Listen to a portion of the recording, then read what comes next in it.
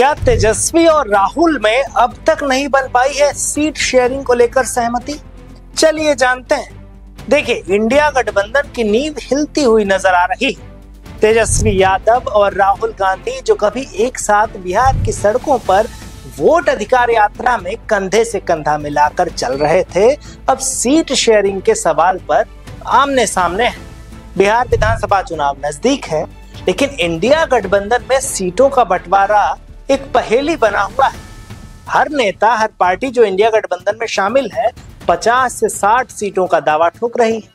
लेकिन सवाल यह है कि क्या तेजस्वी यादव, जिनका आरजेडी बिहार का गढ़ है, इतनी सीटें बाकी पार्टियों को देंगे या राहुल गांधी की कांग्रेस अपनी मांग पर अड़ी रहेगी?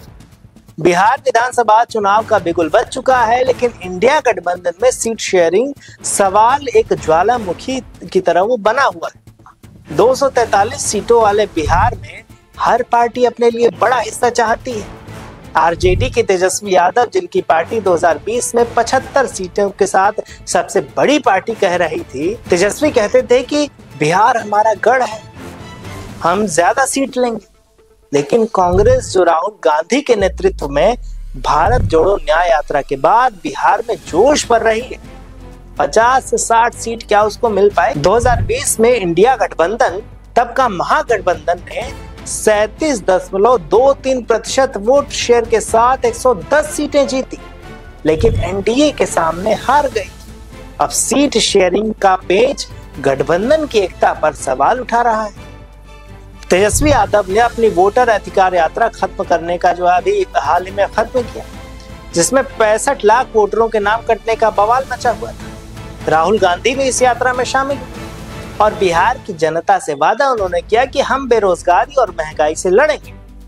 दोनों की संयुक्त रैलियों ने ये उम्मीद जगाई थी कि इंडिया गठबंधन में सब ठीक है, लेकिन पर्दे के पीछे सियासी खटपट की खबरें उड़ रही हैं। 2024 के लोकसभा चुनाव में आरजेडी ने 15.4% और कांग्रेस ने जो है 9.2% वोट शेयर हासिल किया, लेकिन बिहार की 40 लोकसभा सीटों में से मात्र 9 सीटें मिली। अब विधानसभा में ज्यादा सीटों की मांग ने गठबंधन में तनाव पैदा कर दिया है।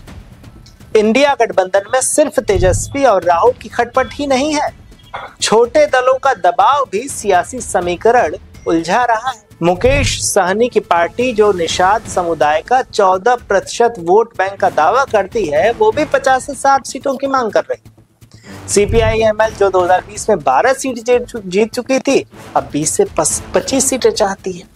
2020 में मुकेश सहनी की पार्टी ने 3 सीटें जीती और CPI-ML ने 12 सीटें। अब इन दलों की मांग और तेजस्वी राहुल की खटपट ने गठबंधन की रणनीति को जटिल बना दिया है। क्या ये पेच गठबंधन की हार का कारण बनेगा? ये आने वाला वक्त बताएगा, पर इस पर आपकी क्या राय है हमें कमेंट में जरूर बताइए। तब तक देखते रहिए राजस्थान वन।